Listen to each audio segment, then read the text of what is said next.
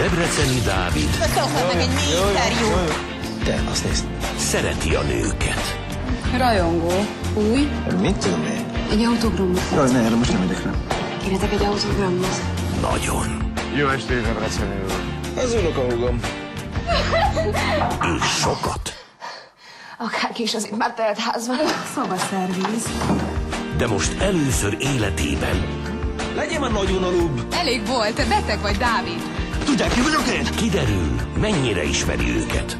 Azt akarom, hogy írj egy könyvet ezekről a nőkről. 10 nap alatt 10 nővel randizol, mindegyikkel más-más helyszínen.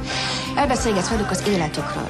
Arról, hogy mire vágynak, hogy miért élnek egyedül, és a passikról. Életemben nem hallottam ekkora hülyeséget, komolyan.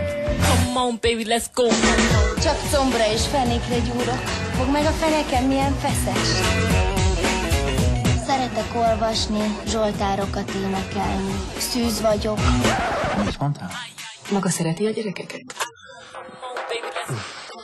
Anyám szerint rólam mintázták az oltári nőt. A tantra azt tanítja, hogy a szex egész létünk alapja. Meddig tart?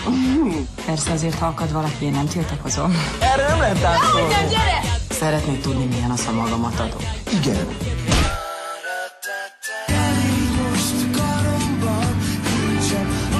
Valentin napon Nincs is időm komoly kapcsolatra. Az baj.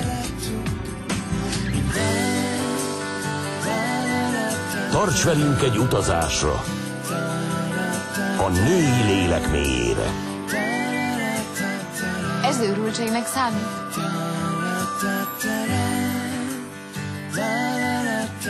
Fenyő Iván.